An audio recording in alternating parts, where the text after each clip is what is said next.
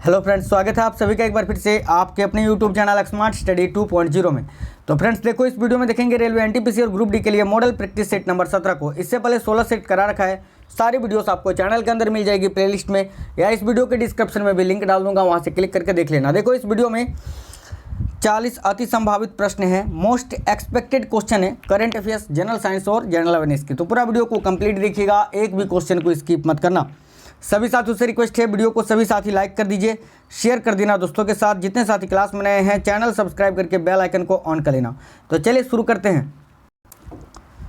पहला question screen पर ध्यान देना, यारा वायरस को किस देश में खोजा गया था?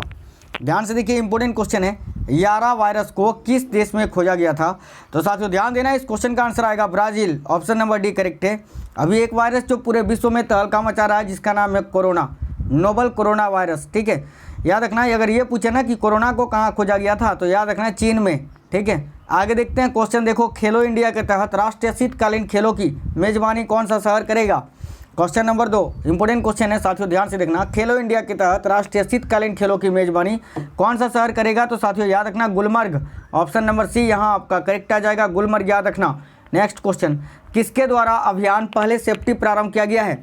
किसके द्वारा अभियान पहले सेफ्टी प्रारंभ किया गया है? साथियों ध्यान से देखना, इस क्वेश्चन का करेक्ट आंसर आ जाएगा option number D, Google India के द्वारा। याद रखना, किसके द्वारा अभियान पहले सेफ्टी प्रारंभ किया गया है? तो गूगल इंडिया के तहत, याद रखना है आपको, ऑप्शन नंबर डी करेक्ट आएगा। चलो नेक्स्ट क्वेश्चन देखिए, सिंधु महोत्सव के 6ठे संस्करण की मेजबानी कौन सा शहर करेगा? साथियों बताना, सिंधु महोत्सव के 6ठे संस्करण की मेजबानी इनमें से कौन सा शहर करेगा? देखो, वेरी वेरी इंपॉर्टेंट क्वेश्चन है, ध्यान से देखना, इस क्वेश्चन का करेक्ट आंसर क्या आ जाएगा। तो साथियों जरूर याद रखना, सिंधु महोत्सव के 6ठे संस्करण की मेजबानी कौन सा शहर करेगा? तो साथियों याद रखना पुणे। देखो, पुणे यहाँ आपका करेक्ट आएगा, सभी साथी याद रखना, पुणे महाराष्ट्र। नेक्स्ट क्वेश्चन देखिए, चिकित्सा उपकरणों की, देखो चिकित्सा उपकरणों को औषधियों के रूप में किसने अधिसूचित किया है? ये भी क्वेश्चन काफ़ी इंपॉर्टेंट है, ध्यान देना साथियों। देखना कि चिकित्सा उपकरणों को औषधियों के रूप में किसने अधिसूचित किया है? तो जरूर याद रखना, केंद्रीय स्वास्थ्य मंत्रालय ने। ऑप्शन नंबर डी आपका यहाँ करेक्ट आ जाएगा, सभी साथी जरूर याद रखना, केंद्रीय स्वास्थ्य मंत्रालय ने। आगे देखिए, निम्न में से कौन भारत का सर्वाधिक शोरयुक्त शहर है? ध्यान से देखना साथियों, बताना निम्न में से कौन भारत का सर्वाधिक शोरयुक्त शहर है? तो याद रखना चेन्नई। चेन्नई आपका यहाँ करेक्ट आंसर आ जाएगा, ऑप्शन नंबर सी, सभी साथी याद रखना, निम्न में से कौन भारत का सर्वाधिक शोरयुक्त शहर है? बिल्कुल चेन्नई करेक्ट आएगा, याद रखना। आगे देखिए, भारतीय नौसेना के पूर्वी बेड़े की कमान किसने संभाली? क्वेश्चन नंबर 7, ध्यान से देखना सभी साथी, बताना है सभी को, भारतीय नौसेना के पूर्वी बेड़े की कमान किसने संभाली? इंपॉर्टेंट क्वेश्चन है, ध्यान से देखना सभी साथी। तो याद रखना संजय वात्स्यायन जी ने। ऑप्शन नंबर बी आपका करेक्ट आएगा, संजय वात्स्यायन, याद रखना, ऑप्शन नंबर बी करेक्ट आएगा। नेक्स्ट क्वेश्चन देखिए, किस राज्य सरकार ने भूजल अधिनियम 2020 को मंजूरी दी है? किस राज्य सरकार ने भूजल अधिनियम 2020 को मंजूरी दी है? इंपॉर्टेंट क्वेश्चन है, ध्यान से देखना। तो साथियों देखना, इस क्वेश्चन का करेक्ट आंसर आ जाएगा उत्तर प्रदेश सरकार ने। ऑप्शन नंबर बी आपका करेक्ट आएगा, उत्तर प्रदेश, याद रखना। नेक्स्ट क्वेश्चन देखते हैं, भारतीय प्रतिस्पर्धा आयोग एक निम्न में से कौन सा निकाय है? तो साथियों देखना, ये जो भारतीय प्रतिस्पर्धा आयोग है, ये एक कानूनी निकाय है, याद रखना है आपको, ऑप्शन नंबर डी करेक्ट है, कानूनी निकाय। नेक्स्ट क्वेश्चन देखते हैं, वन धन योजना किस मंत्रालय की एक पहल है? वन धन योजना किस मंत्रालय की एक पहल है? ये भी क्वेश्चन काफ़ी इंपॉर्टेंट है, ध्यान से देखना। तो साथियों जनजातीय मामलों का मंत्रालय की पहल है, याद रखना है, जनजातीय मामलों का मंत्रालय। ऑप्शन नंबर बी यहाँ आपका करेक्ट आ जाएगा, याद सभी साथियों को रखना है। वन धन योजना किस मंत्रालय की एक पहल है? याद रखना, जनजातीय मामलों का मंत्रालय। चलो नेक्स्ट क्वेश्चन देखते हैं, क्वेश्चन नंबर 11, ध्यान से देखना साथियों, समुद्र शास्त्र के संस्थापक कौन है? तो देखो इंपॉर्टेंट क्वेश्चन है, समुद्र शास्त्र के संस्थापक कौन है? याद रखना है आपको, मैथ्यू मोरी। ठीक है, ऑप्शन नंबर डी आपका करेक्ट आएगा, मैथ्यू मोरी, याद रखना है, ऑप्शन नंबर डी करेक्ट आएगा। नेक्स्ट क्वेश्चन देखिए, टीबी एंटीबायोटिक स्ट्रेप्टोमाइसिन की खोज किसने की थी? देखो, टीबी एंटीबायोटिक स्ट्रेप्टोमाइसिन की खोज किसने की थी? तो ध्यान से देखना, इंपॉर्टेंट क्वेश्चन है, और इस क्वेश्चन का करेक्ट आंसर क्या आ जाएगा? मस्ट इंपॉर्टेंट क्वेश्चन है, तो सभी साथियों को याद रखना है। देखो ऑप्शन नंबर बी बता रहे हैं, बी यहाँ आपका करेक्ट आएगा साथियों, याद रखना, सलमन बैक्समैन। ठीक है, देखो सलमन बैक्समैन, याद रखना, ऑप्शन नंबर बी आपका यहाँ करेक्ट आएगा, इंपॉर्टेंट क्वेश्चन है। चलो नेक्स्ट क्वेश्चन देखते हैं, ध्यान से देखिए, उस कैंसर का नाम बताइए जो त्वचा या उत्तक में शुरू होता है, जो अन्य अंगों को भी प्रभावित करता है। देखो, उस कैंसर का नाम बताना है जो उत्तक, जो त्वचा या उत्तक में शुरू होता है और जो अन्य अंगों को भी प्रभावित करता है। तो साथियों याद रखना, ल्यूकेमिया। ऑप्शन नंबर ए आपका करेक्ट आएगा, याद रखना ल्यूकेमिया। नेक्स्ट क्वेश्चन देखिए, शरीर में कोशिकाओं की असामान्य वृद्धि को किस रूप में जाना जाता है?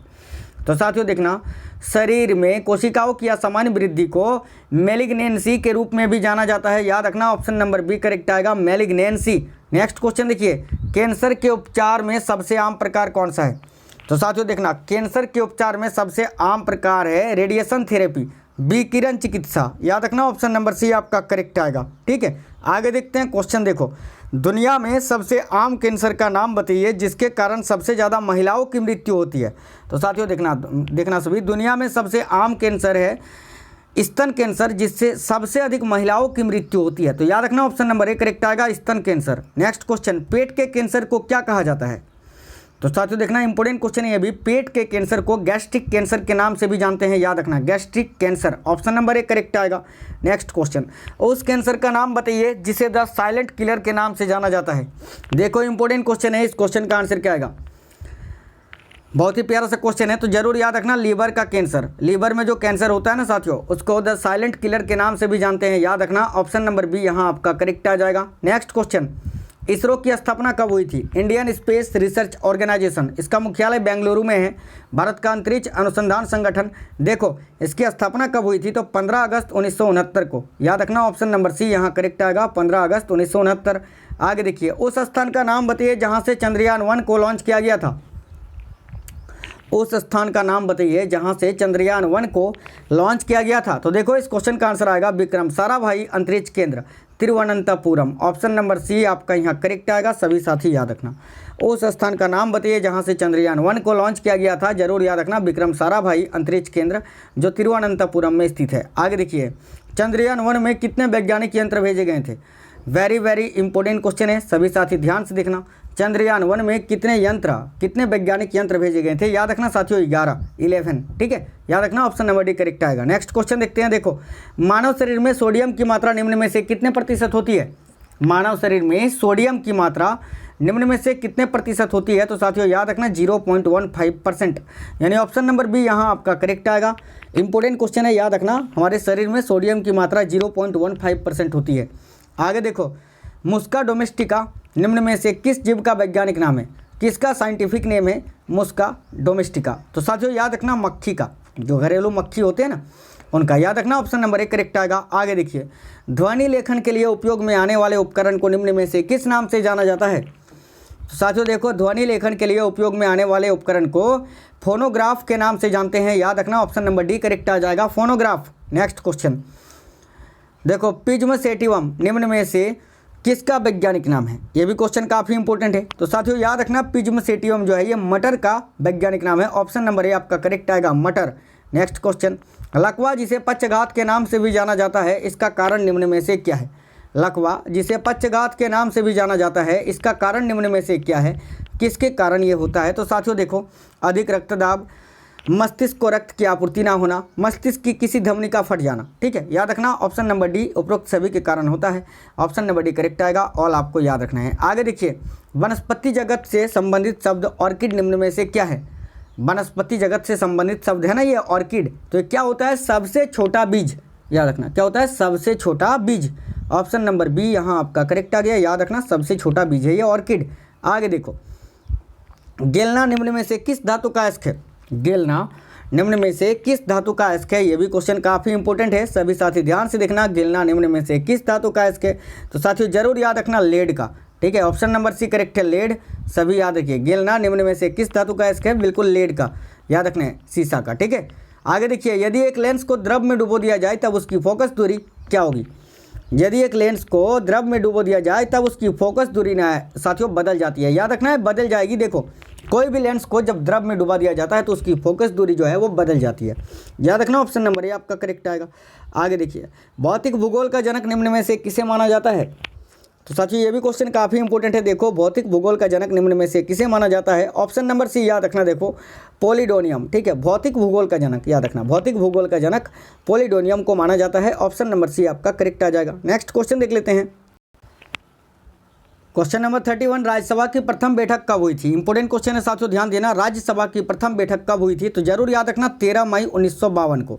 देखो 13 मई 1952 की राज्यसभा की पहली बैठक हुई थी, याद रखना। ऑप्शन नंबर डी आपका करेक्ट आएगा। नेक्स्ट क्वेश्चन, मदुरा का मीनाक्षी मंदिर का निर्माण किसने कराया था? तो देखो मीनाक्षी मंदिर मदुरई में है ना स्थित, तो साथियों इसका निर्माण किसने करवाया था? तो याद रखना मदुरा के नायकों ने। देखो ऑप्शन नंबर सी करेक्ट आएगा। हमेशा याद रखना मीनाक्षी मंदिर जो काफ़ी चर्चित है, तमिलनाडु में स्थित है, मदुरई में, याद रखना मदुरा के नायकों ने इसका निर्माण करवाया था। ठीक है, आगे देखिए, भारतीय संविधान की समवर्ती सूची की धारणा किस देश के संविधान से ली गई है? देखो भारतीय संविधान में जो समवर्ती सूची है उसकी धारणा किस देश के संविधान से ली गई है? तो जरूर याद रखना ऑस्ट्रेलिया की संविधान से। ऑप्शन नंबर डी करेक्ट आएगा, ऑस्ट्रेलिया। आगे देखिए, किस वंश के शासकों ने छत्रण प्रणाली का प्रयोग किया था? किस वंश के शासकों ने छत्रण प्रणाली का प्रयोग किया था? ये भी इंपॉर्टेंट क्वेश्चन है साथियों। शकों ने, याद रखना शक। ऑप्शन नंबर डी आपका करेक्ट आएगा, शकों ने। जरूर याद रखना है, ऑप्शन नंबर डी करेक्ट है, जिन्होंने छत्रण प्रणाली का प्रयोग किया था। आगे देखिए, लोकसभा द्वारा पारित धन विधेयक राज्यसभा को प्राप्त होने के लिए कितने दिनों के भीतर लोकसभा को वापस लौटाना पड़ता है? देखो लोकसभा के द्वारा पारित धन विधेयक राज्यसभा को प्राप्त होने के लिए कितने दिनों के भीतर लोकसभा को वापस लौटाना पड़ता है? याद रखना 14 दिन। ऑप्शन नंबर बी यहाँ आपका करेक्ट आएगा। नेक्स्ट क्वेश्चन देखिए, भारतीय संविधान के संदर्भ में कहा जाता है कि वह किस प्रकार का संविधान है? देखो तो भारतीय संविधान के संदर्भ में कहा जाता है कि वह एक विकासशील संविधान है। याद रखना ऑप्शन नंबर सी करेक्ट आएगा, विकासशील संविधान। नेक्स्ट क्वेश्चन देखते हैं, शिवाजी को राजा की उपाधि किसने प्रदान की थी? यह भी क्वेश्चन काफ़ी इंपॉर्टेंट है। तो साथियों देखना, शिवाजी को राजा की उपाधि प्रदान की थी मुगल शासक औरंगजेब ने। यहाँ आपका करेक्ट आ जाएगा ऑप्शन नंबर सी, औरंगजेब। सभी साथी जरूर याद रखना। आगे देखो, निम्नलिखित में से कौन सी फसलें जायद में मुख्यतः सिंचित क्षेत्रों में उगाई जाती है? तो देखना, निम्नलिखित में से कौन सी फसलें हैं जो मुख्यतः जायद में सिंचित क्षेत्रों में उगाई जाती है? जरूर याद रखना, मूंग एवं उड़द। ठीक है, तो ऑप्शन नंबर बी यहाँ आपका करेक्ट आएगा, मूंग एवं उड़द, याद रखना। आगे देखिए, खुली आकाश नीति क्या है? खुली आकाश नीति से क्या तात्पर्य है? तो साथियों याद रखना, ऑप्शन नंबर ए करेक्ट आएगा। देखो, नगर विमानन मंत्रालय द्वारा निर्यात संवर्धन के लिए प्रारंभ की गई योजना। ऑप्शन नंबर ए करेक्ट आएगा। खुली आकाश नीति क्या है? नगर विमानन मंत्रालय द्वारा निर्यात संवर्धन के लिए प्रारंभ की गई एक योजना। आगे देखिए, क्वेश्चन नंबर 40 और अंतिम क्वेश्चन है, देखना, देश के व्यावसायिक ऊर्जा खपत में कोयले का योगदान कितना है? तो साथियों देखना, देश में व्यावसायिक ऊर्जा के खपत में कोयले का कितना योगदान है? तो याद रखना 67%, 67%। ठीक है, तो ऑप्शन नंबर बी यहाँ आपका करेक्ट आएगा। साथियों कैसे क्वेश्चंस थे कमेंट करके बता दीजिए। वीडियो कैसा लगा है, वीडियो को लाइक जरूर करके बताना, कमेंट करके बताना क्वेश्चंस के लेवल कैसे थे। सभी साथी जितने भी क्लास में नए हैं, डेली पढ़ाता हूँ, रेगुलर क्लास करवाता हूँ। यहाँ पर ऑफलाइन वीडियो और स्मार्ट स्टडी जो हमारा और एक चैनल है, पॉपुलर चैनल, वहाँ पर जो है लाइव क्लासेस करवाता हूँ, तो जुड़ के रहना। वीडियो को सभी साथी लाइक कर दीजिए, और जितने भी साथी क्लास में नए थे, वीडियो के नीचे देखिए लाल रंग में सब्सक्राइब लिखा हुआ है, प्रेस करके चैनल सब्सक्राइब कर लेना, बगल में घंटी को ऑन कर लेना। सारी वीडियोस आपको चैनल के अंदर प्लेलिस्ट में मिल जाएगी, अलग अलग प्लेलिस्ट बना दिया है, जाकर देख लेना। वीडियो के डिस्क्रिप्शन में भी प्लेलिस्ट का लिंक डाल दिया है, कुछ देख लेना जाकर। ठीक है, तो साथियों मिलते हैं अगले क्लास में, तब तक स्वस्थ रहें। जय हिंद, वंदे मातरम।